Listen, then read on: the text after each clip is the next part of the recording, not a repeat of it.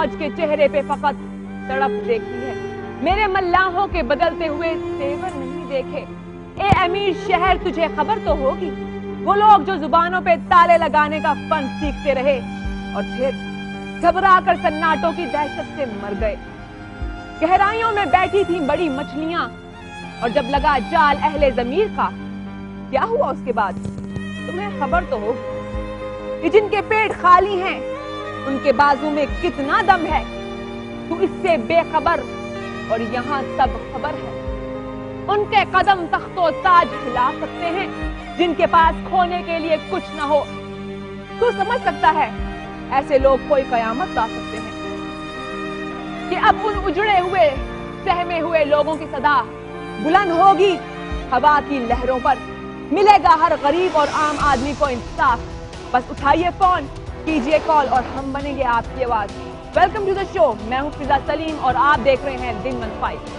अब चलते हैं शहरे इकबाल, जहां नशे में धुत गलियों में चलती फिरती कई जिंदा लाशें जिलाई इंतजामिया की नाकाम करदगी का पोल खोल रही हैं और खास तौर पर मेडिकल स्टोर्स पर ये मौत बेची जा रही है। लेकिन जिम्मेदारान कहां हैं ये दिखाएंगे आपको, लेकिन पहले सुनते हैं वो कॉल जिसने खबर दी दिन 15 को। जी सलमान बात कर रहा हूँ सियालकोट से। हमारे शहर में नशा व अद्वियात जो है ना बहुत ज़्यादा मिकदार में मिल जाती हैं, बासानी मिल जाती हैं, जिसकी वजह से जो हमारे यंग नौजवान हैं वो नशा आवर दवाइयाँ खाते हैं, इस्तेमाल करते हैं, उनसे उनकी सेहत को भी नुकसान पहुँचता है। तो मेरी आला हुकाम से दरख्वास्त है और इंतज़ामिया से दरख्वास्त है कि मेडिकल स्टोरों पे जो अद्वियात नशे की अद्वियात ख़ास तौर पे हैं ये बगैर डॉक्टर की हिदायत के ना दी जाएँ, ताकि हमारे जो नौजवान नस्ल है ये तबाही की तरफ ना जाए। कुछ अरसा पहले पाबंदी तो लगाई गई मेडिकल स्टोर्स पर जो बेच रहे थे ममनून नशा और अद्वियात, इंजेक्शन और फिर एक्सपायर अद्वियात भी, लेकिन ये पाबंदी बराए नाम ही रही कि हकीकत वही थी जो नजर आ रही थी।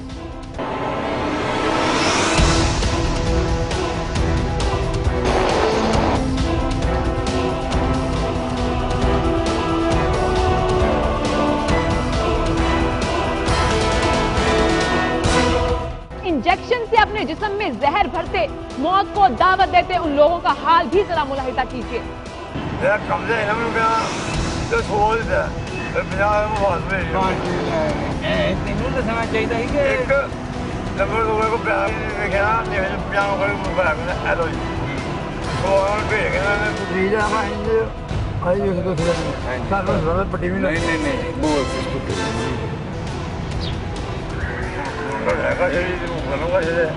यहाँ पर 20 से 22 मेडिकल स्टोर्स ऐसे भी हैं जहाँ पर मैं आपको लेकर जा सकता हूँ।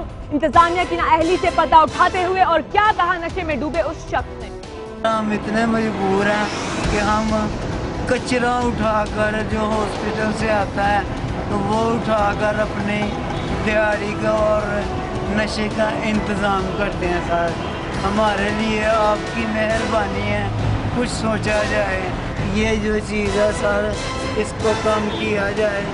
यहाँ पर तकरीबन 20 से 22 मेडिकल स्टोर ऐसे हैं कि जिन पर मैं आपको लेके जा सकता हूँ और वहाँ से यही चीज़ें मिलती हैं नशा करने वाली कि जो नशे में इस्तेमाल होती हैं। कोशिश की दिन 15 ने कि की जा सके बाद नशे के आदि चंद और अफराद से। हम लोग नशे पर लग चुके हैं लेकिन मजबूर है, नशा में लग गया है, छोड़ हम नहीं सकते। लेकिन ये हमारा जो आ रहा है, हम पट्टी लगाने का पैसा नहीं है हमारे पास और चाहिए मेडिकल बंद कराने, क्योंकि ना मेडिकल में चीज़ हमें मिले, ना मेडिकल स्टोर, ना हम लगाएं। तो मतलब की मेहरबानी होगी और हमारे और भी बहुत सारे भाई हैं जैसे मेरे साथ में, और मैं चाहता हूँ हुकूमत को एक दफ़ा हमें मौका देना चाहिए और मेडिकल स्टोर नशा बंद कराना। अगर टीका जिन्नी देर असी ना लाइए साढ़े जिसम चो वो चीज़ नहीं, असी घरों निकल नहीं सकते, टुर नहीं सकते, ठीक है। असी ना रोटी खा सकने। अज मैं 2 दिन का भुखा, ठीक है। निके निके मेरे बच्चे ने माशाल्लाह, मेहरबानी है अगर साढ़े वास्ते है करन स्टोर किसी तरीके सानू ना लभे, असी ना लाइए।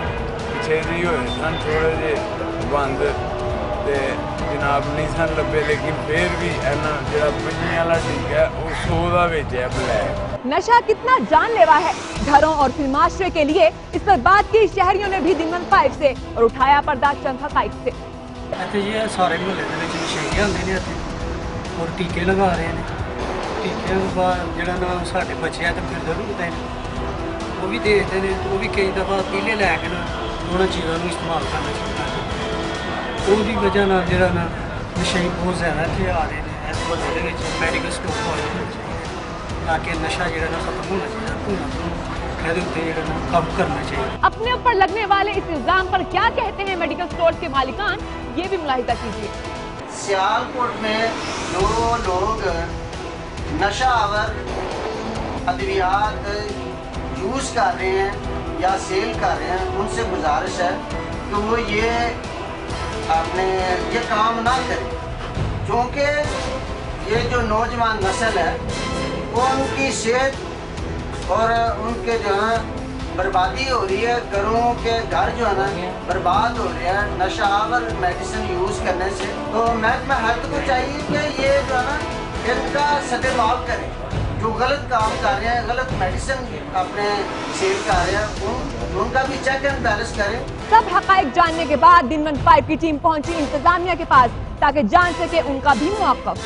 जिला सियालकोट में काफ़ी साथी तरह की जो अद्वियात हैं उनका जो गैर कानूनी कारोबार है, जो ड्रग एक्ट हमारा है, उसके अगेंस्ट जो भी वायलेशन हो रही है उसके खिलाफ महकमा जेल जिला सियालकोट अपनी भरपूर कार्रवाई करें। हमारी हुकूमत की तरफ से पूरी डायरेक्शन है इस कानूनी कारोबार के सिलसिले किसी को न छोड़ा जाए और सख्त से सख्त कार्रवाई की जाए। और मैं इस सिलसिले में आपसे ये कहना चाहता हूँ कि हमें जहाँ कहीं की इतला मिली है उसके खिलाफ फौरी एक्शन और इसमें ये भी है कि एक से ज़्यादा दफ़ा उन्हीं लोगों के खिलाफ हमें एक्शन करना पड़ा है जो हमें कारोबार में मुलव्वस थे। अब चंद ये कारोबार बिल्कुल छोड़ चुके हैं और बाकी कभी अभी तक कोई ऐसी रिपोर्ट नहीं मिली। अगर कभी मिलती है या हमें इतला मिलेगी तो हम फौरी तौर पर दोबारा। नाज़रीन, ये जहर सरे आम बिक रहा है।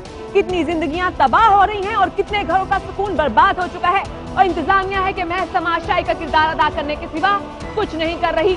दिनमन 5 ने ढोल का पोल खोल कर रख दिया है और फिर भी मौसूफ कह रहे हैं कि मिली खबर तो एक्शन लेंगे। खबर सामने और फिर भी बेखबर, उनकी सादगी पे कहें भी तो अब क्या। अब चलते हैं कसूर, जहां बढ़ती हुई मोबाइल स्नैचिंग की वारदातों के बारे में खबर मिली दिनमन 5 को। तो की गई तहकीक क्या हुआ उसके बाद ये दिखाएंगे आपको, लेकिन पहले सुनते हैं वो कॉल जिसे खबर दी दिनमन 5 को। जी अमजद बात कर रहा हूँ कसूर से। हमारे शहर में खास रोड के ऊपर जो है ना मार्केट है, वहाँ पे मोबाइल जो चोरी के होते हैं ना वो आके सेल लोग करते हैं, चोरी का सामान सेल करते हैं वहाँ पे। तो मेरी इंतजामिया से दरख्वास्त है कि इस पे एक्शन लिया जाए। मैंने दरख्वास्त भी दी है इंतजामिया को कि ये जो है चोरी का सामान बेचने वाली मार्केट या खरीदने वाले जो लोग हैं इनके ऊपर नज़र रखी जाए और ये जो गैर कानूनी काम है इसके ऊपर कार्रवाई की जाए। कसूर का रेलवे रोड बन चुका है चोरी के मोबाइल की खरीदो फरोख्त करने वालों की मार्केट। चोरों और जेब तराशों की इस जन्नत में कैसे हो रहा था ये कारोबार, कौन कौन था मुलव्विस इसमें, हकाइक जानने पहुंची दिनमन 5 की टीम।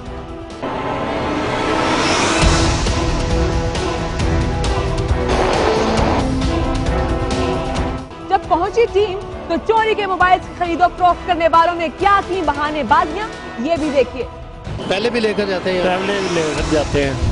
अच्छा, तो कितने का मोबाइल आम रूटीन में मिल जाता है? 400-500 रुपये का मिल जाता है। 400-500 रुपये? हाँ जी। अच्छा, तो वो मोबाइल को चोरी वगैरह के तो नहीं होते? नहीं जनाब, ऐसा कोई मसला नहीं कभी निकला।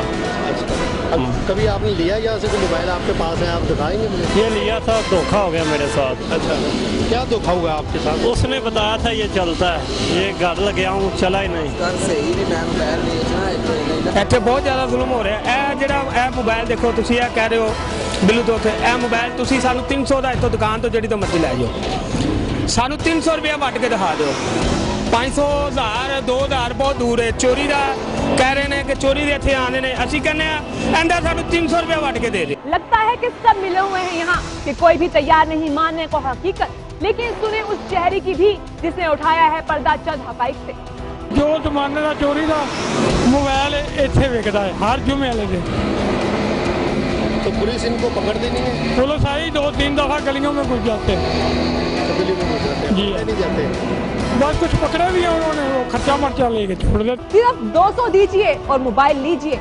कैसे और कहां से, आप भी मुलाहिजा कीजिए। इन्हों को लिया भाई रंग कितने का लिया आपने? हाँ ये लेना है, कितने का ले रहे हैं? ये को 200-250 रुपये का। हाँ नाज़रीन देख सकते हैं कि मेरे पास ये मोबाइल है, ये ब्लूटूथ मोबाइल चाइना का है। ये 200 रुपये में इन्होंने बताया कि ये ख़रीदने के लिए आए हैं और ये 200-250 में यहाँ पे मोबाइल आसानी से मिल जाता है। अगर चोरी के मोबाइल की खरीदो फरोख्त बंद हो गई तो खरीदने वालों को इतने सस्ते मोबाइल मिलेंगे कहाँ से? इसीलिए तो खरीदार भी पूरी कोशिश में है कि बंद ना होने पाए ये मार्केट। चोरी तो कोई सैट नहीं आ रहे, कोई सौदे बटे वाले आ रहे कहते सही है वो दे दिंदा, केड़ा गलत है वो लै जांदा, सही दे जांदा गलत दे जांदा। 2 नंबर सैट इत्थे कोई नहीं आता, इत्थे सिर्फ पुलिस ने बदनाम किया सारिਆਂ ਨੂੰ। ਅਸੀਂ ਕੋਈ ਖਰੀਦਦੇ ਨੇ, ਅਸੀਂ ਵੀ ਇੱਥੇ ਸੈੱਟ ਲੈਣ ਵਾਸਤੇ ਖੜੇ ਹੋਏ ਆ। ਲੇਕਿਨ ਸੈੱਟ ਲੈਂਗੇ ਆਪ ਸੈੱਟ 500 ਦਾ 700 ਦਾ 800 ਦਾ ਕਿੰਨੇ ਦਾ ਸੈੱਟ ਹੋਇਆ ਅਸੀਂ ਲੈ ਲੈਂਦੇ ਹੁੰਦੇ ਆ। ਪੁਲਿਸ ਵਾਲੇ ਇੱਥੇ ਆਉਂਦੇ ਨੇ, ਗਰੀਬਾਂ ਨੂੰ ਮਾਰਦੇ ਕੁੱਟਦੇ ਨੇ, ਆ ਕੇ ਜੋ ਚੀਜ਼ ਲੈ ਕੇ ਸਾਈਕਲ ਤੇ ਜੇ ਕੋਈ ਇਨਸਾਨ ਆਇਆ ਦੂਰੋਂ ਸਾਈਕਲ ਲੈ ਜਾਂਦੇ ਨੇ, ਵੇਚ ਕੇ ਖਾ ਖੂ ਲੈਂਦੇ ਨੇ। पुलिस भी दिहाड़ियां लगा रही है। क्या कहते हैं इस इल्जाम पर थाने ए डिवीजन के SHO मियां मुअज्जिम, ये भी मुलाहिजा कीजिए। पहले भी हम ऑपरेशन वहाँ पे कर रहे हैं, हमें पता है कि वहाँ पे ये इलीगल काम होता है। वहाँ पे हम पहले भी हमने काफ़ी दफ़ा रेड किया, बंदे पकड़े हैं, कार्रवाई भी की है उनके ख़िलाफ़। और अभी भी हर जुमे को हम नज़र रखे हुए हैं, इस जुमे भी, इससे अगले जुमे भी इंशाल्लाह हम ये जब तक ये ख़त्म नहीं होते, ये गैर कानूनी काम करने वाले, इलीगल बेचने वाले जब तक सारे नहीं पकड़े जाते, हम इसको कंटिन्यू किए हुए हैं और हम वहाँ पर नज़र रखे हुए हैं। इस जुमे भी ऑपरेशन होगा और बाद में भी अगर कोई कंप्लेंट मिली तो फिर भी इंशाल्लाह ऑपरेशन करेंगे, पकड़ेंगे बंदे। SHO मियां मुअज्जिम खुद ही मान गए कि उन्हें सब पता है कि वहाँ पर हो रहा है गैर कानूनी काम। बकौल उनके हम पहले भी वहाँ पर ऑपरेशन कर रहे हैं, लेकिन अजीब बात है इतनी बाखबरी और फिर ऑपरेशन के बावजूद क्यों नहीं रुक सका ये काम? शायद इसका जवाब SHO साहब के पास भी नहीं। मतलब दाल में कुछ तो काला है। लेकिन अब इस केस पर रहेगी दिन 5 की नजर जब तक सच सामने नहीं आ जाता। नाज़रीन अब वक्त हुआ है एक शॉर्ट ब्रेक का, लेकिन ब्रेक के बाद हम आपको दिखाएंगे लाहौर के इलाके इस्लामपुरा में जहां पर बेवा नसीम बीबी की जेठानी और उसके बेटों ने नसीम बीबी के जवान बेटे अली को आग लगाने के बाद तेज धार आले से शहरख भी काट दी। और देखिए बसीरपुर के इलाके नई आबादी में जराइम की बढ़ती हुई वारदातों पर पुलिस की बेबसी। कहीं जाइएगा मत, मिलते हैं एक ब्रेक के बाद।